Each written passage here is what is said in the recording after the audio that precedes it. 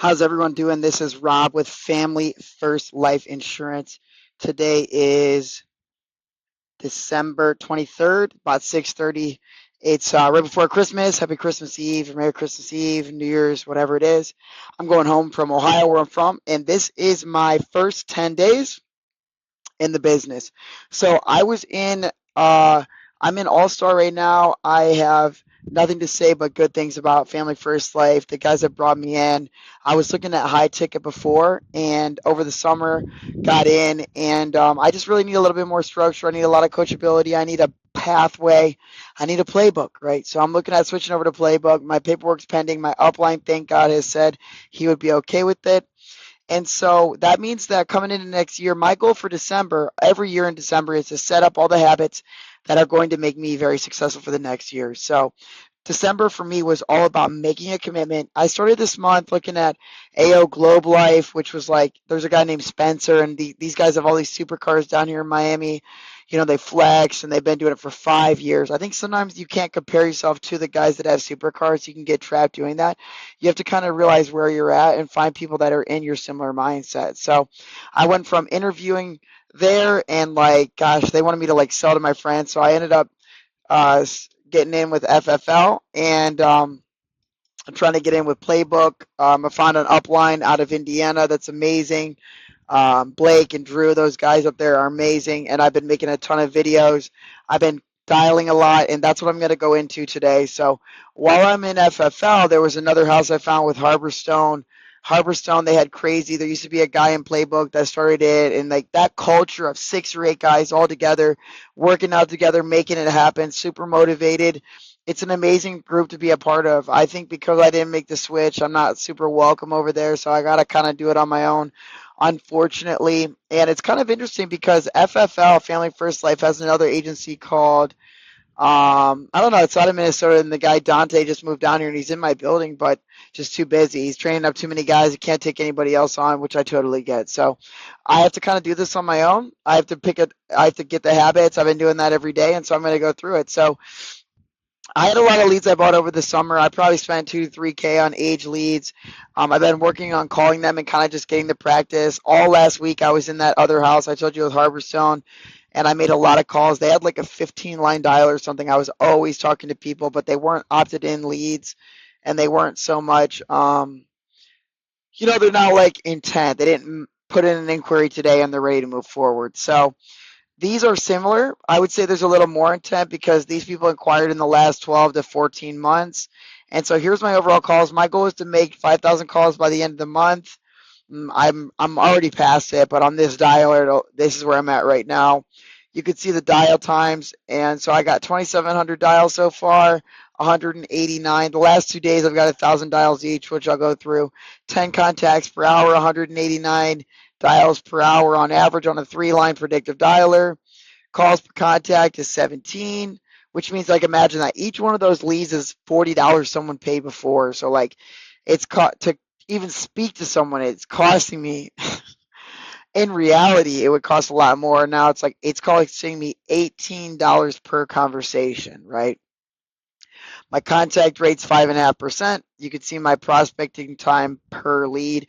I think the lead things are off. I've generated about 5, 6 leads, so I wouldn't look at that.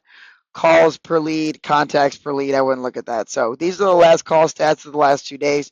I put them into future follow-ups, which is a different bucket. But this shows you 2 back-to-back days. You can see up here the 22nd, and this is today's. Almost identical stats. One day is 1,001 calls, 69 contacts, 181 calls per hour, 12 contacts per hour, 14 calls per contact, and 6.89% contact rate. Now, that means that I also did 5 applications yesterday, or 5 quotes, I mean, not apps, but basically quotes, and that's where I couldn't get the close. If you listen to those calls, some are 10, some are 20, some are 30, some are 5. It's working on operator skill set, but you don't get to that so many times and not get to the finish line. Even calling cold traffic, I feel like I was doing a little better. I think it depends on the age of your prospect. So on this day, I got 5 apps or 5 quotes on 69 contacts, which is about 1 in 13, right? 1 in 13 and a half. The next day, right down here, I got, these are all aged final expense, by the way. I got 1,000. I got 4 today, which is 1 in 12, almost identical calls per hour, almost identical contacts per hour. My calls were lower today, but it just shows you that you have to have a scalable system. Even this, you see, calls per contact, 20. That means it's costing me $20. If I bought these for $1, that's what it would be costing me. Now, it depends on how old your leads are, but this is like the worst of the worst, bottom of the barrel leads. But it just goes to show that even when I reach these people and I can get to that, I'm going to wait till after the holidays. Let me think about it. I'm not sure. My wife isn't here. You hear all these different excuses. There isn't actually a need. And if you look at the other, let's say 100 conversations from the last 2 days, these people aren't looking for it. They're not like, yes, I'm interested. So because of that, you have to look at this this is as intense as it gets. Nobody's making 1,000 calls every single day. This is back-to-back days, almost identical, predictable results. Remember, I have all the calls recorded, but we're going to kind of go through this a little bit. So we have the hot call volumes, and the day to day, we have really high consistency, almost identical. And that's what you see. If you do the same activity every day, you will get a similar result, but it's who are you calling? What is the intent? Is the leads good, or are the leads good? Are the leads bad? And you could talk to any advertiser too, even fresh Facebook and Instagram leads or YouTube or TikTok that are coming in.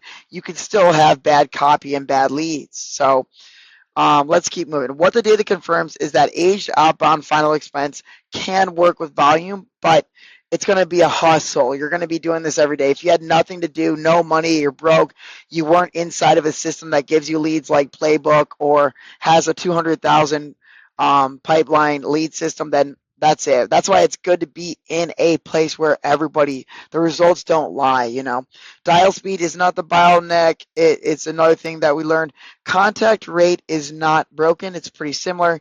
The math is very consistent. Fatigue does not collapse. This means if I had someone else, I know what to expect from this funnel if I did outbound aged.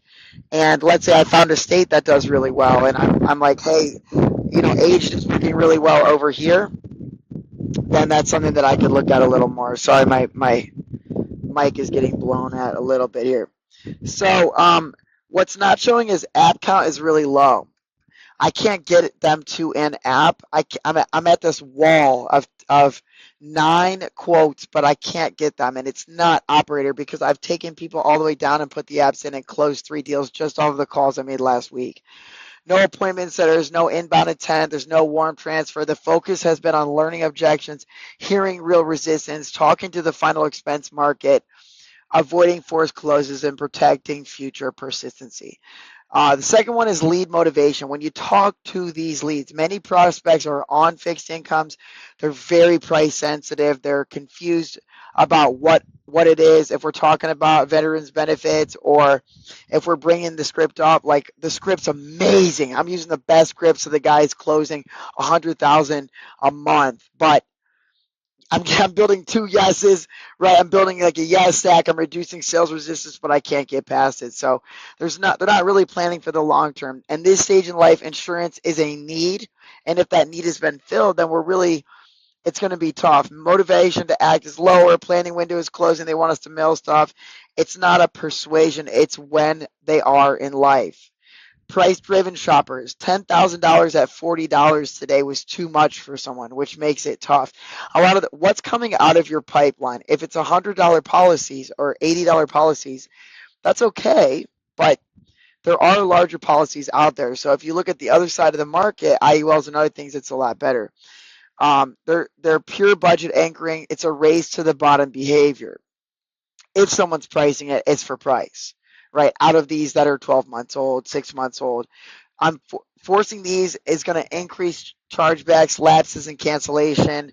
A clean no is better than a yes. So a lot of times I'm giving them space to say yes or no. I have interest in what you may be offering. If you talk to the hot top producers, they're not going to push forward on something that isn't doing that well. So my target now, the big shift is going to be to a younger demographic, 40s and 50s. This is in the money that I spend. Income replacement, wealth stacking, multiple policies, IUL, term and hybrid strategies, planning mindsets. And the older examples or on fixed incomes, there's minimal planning, insurance is already in place, it's price sensitive, and there's defensive decisions. Insurance scales when planning exists or when there's life changing, right? So, chargeback risk awareness, we talked about call quality signals across 150 conversations. There's no big hostile blowups. There are a little bit, but it's mostly outbound. I've been really good at time blocking. I haven't missed a call. I had a 6 hour straight call block, no interruptions today. No, this is a scam. People are trusting of it. No compliance issues. It means that tone's good, pricing's reasonable, coverage is realistic, scope is not the problem. We're also getting a lot of call blockers and friction with Google Assistant, spam screening. Where did you get my info? Memory issues, hearing loss. I need my wife here. This means that this is going to increase the calls per contact or increase the number of contacts I need to make to get a close. For time and dialer efficiency, manual dialing would have cut volume by way more than 50%. I'm getting about 12 contacts per hour, I would say, 10 contacts per hour. And the other one, 6 hour time blocks, I might get 25. So I was getting like 4 to 6. It depends on what you're calling of whether you should use a dial or not.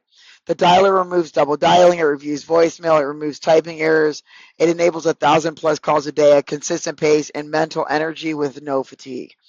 This is the cost in P&L. If you paid someone $20 an hour and you pay $2,000 for these leads at $1 a piece, even at the average app, if it's $1,200 and $900 gets paid out, you're breaking even. So you're just calling your way to get through it. So this model is very difficult to work. You have to work with high volume, low chargebacks, and everything else. So if you switch to an inbound model, what I'm hearing from other teams or other advertisers that are doing inbound across the board is that inbound close rates are 1 in 6. Outbound close rates are very, very low. I haven't even closed a policy. I closed some based on sheer volume on the other dialer where I was getting a lot more contacts. The average IUL is a lot higher, 2,000 to 5,000 annually. They're in a different stage of life. And final expenses mostly under 100. It's going to be more difficult. So top FFL agents, this is where I put myself. They're going to use data, funnels. They're going to look at lists. Even within Playbook, they're calling leads and they're outbound. They're not calling leads more than a couple weeks old. They're going to track ROAS religiously, and they're going to scale intent, not effort. If you listen to those 150 people, am I in the right segment? The contact rates are amazing. The data is accurate, but it's not the right time frame, and it's not it's not the right type of lead. You need dedicated inbound leads for yourself. The daily iteration test, which is every day is a new list, new answer rates, new resistance, new opportunity. Yesterday's numbers don't matter, only patterns do, which is why I'm making this video. The first 10 takeaways, what's working is volume and pace and consistency, emotional control, clean qualification, using a script.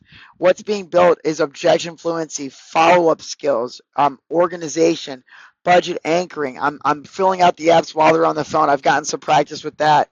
I'm not doing bad apps. I'm not doing chargebacks and everything like that. So there's not a lot of burnout and there's not a lot of false confidence. My first 3 days I was manually dialing, and then I switched to a automatic dialer, and it's made a huge difference. The final way that I would describe my first 10 days is this. The last 10 days proved that I can generate conversation and quotes at scale. They also proved that the outbound final expense, especially on age data, lacks the intent needed to build a scalable, durable business. That's why I'm shifting towards an inbound, higher intent, IUL traffic-based funnel, larger coverage amounts, and systems that reward planning instead of pressure.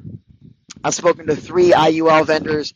They're almost consistent across the board. Even the worst leads are $100 policies and up. These are people that are putting it away for different reasons. The ad copy is very specific. It's not veterans check your new policy.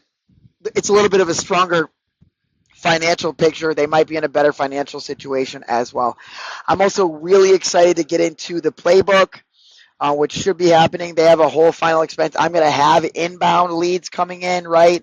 I'm going to be able to be a part of their system. I'm going to have an upline that's producing at a high level. And when I talk to him, he's not calling leads that are a year old, right? Or 6 months old, or 3 months old, or even 1 month old, right? They have access to a system, and the system is spend 1,000 a week, spend 800 a week. The Playbook system is meant to get you up and running in 2 months, get you to 40,000 a month, and have you start producing. Thank you for watching. My name is Rob Ellis with Family First Life.